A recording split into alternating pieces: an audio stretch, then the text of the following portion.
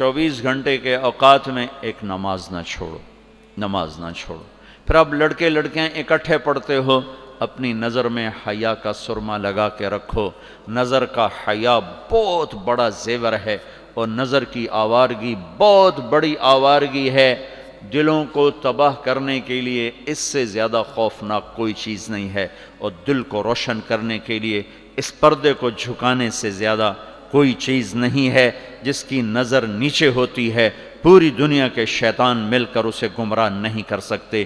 جس کی نظر اٹھ جاتی ہے، پوری دنیا کے جنید بغدادی اس کے دل کو پانی نہیں لگا سکتے، اور اس کے دل کو نرم نہیں کر سکتے۔ آنکھوں کے غلط استعمال سے جو زہر اندر جاتا ہے، اس کا کوئی تریاق کوئی نہیں ہے، تریاق کوئی نہیں ہے۔ اور نظروں کو جھکانے سے جو طاقت اندر جاتی ہے، اس کو تباہ کرنے کے لیے کوئی بم بلاسٹنگ نہیں ہے، کوئی گولی نہیں ہے، کوئی بلٹ نہیں ہے۔ یہ ایسی طاقت ہے کہ عرش تک انسان کو پہنچا دیتی ہے۔ یہ ایسی طاقت ہے کہ فرشتوں کو اس کے قدموں میں جھکا دیتی ہے۔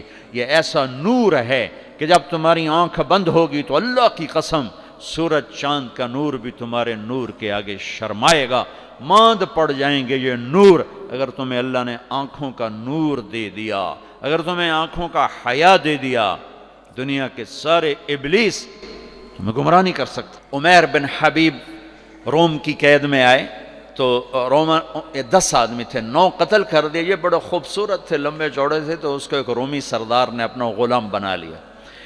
پھر اس نے کہا کہ اگر تو عیسائی ہو جائے تو میں اپنی بیٹی بھی دیتا ہوں، اپنی ریاست بھی دیتا ہوں۔ تو انہوں نے فرمایا کہ سارا ملک عرب بھی دے دے اور ملک روم بھی دے دے، میں ایک پل کے لیے بھی اپنا دین نہیں چھوڑ سکتا۔ پھر اس کو ایک ترکیب سوچی، اس نے ایک گھر پورا خوبصورت فرنشڈ، اس میں ان کو بند کر دیا، اور شراب بھی رکھ دی، کھانا بھی رکھ دیا۔ ایک خوبصورت لڑکی کو تیار کیا کہ اس سے گناہ کرواؤ۔ وہ آ گئی، وہ گناہ کی دعوت دے رہی، یوں بیٹھا ہوں۔ 3 دن گزر گئے، 3 راتیں کچھ نہ کھایا، نہ نظر اٹھائی، نہ پیا۔ 3 دن کے بعد وہ لڑکی کہنے لگی، تو کیا بلا ہے؟ نہ تو نے کھایا، نہ تو نے پیا، نہ تیری نظر اٹھی، کون ہے تو؟ کیا ہے تو؟ تمہیں کون روکتا ہے؟ تو فرمایا کہ اب تو میرے لیے شراب بھی حلال ہے جس حال پر میری پیاس پہنچ چکی، اور سور پکا کے رکھا ہوا تھا کہ یہ گوشت بھی میرے لیے حلال ہے جس سطح پر میری بھوک پہنچ چکی ہے، لیکن میرے رب سے مجھے حیا ہے جو مجھے دیکھ رہا ہے۔ میں یہ کام نہیں کر سکتا لڑکی، 3 دن کی بجائے 30 دن یہاں بیٹھی رہے، میں یہ کام نہیں کر سکتا، میری جوانی امانت ہے، اس پہ داغ نہیں لگ سکتا۔ وہ کہنے لگی، تیرے جیسے انسانیت کے تاج کو میں قتل نہیں ہونے دوں گی، میں تمہیں چھڑاؤں گی۔ باہر نکل کے کہنے لگی، سردار تو نے مجھے کس کے پاس بھیجا ہے؟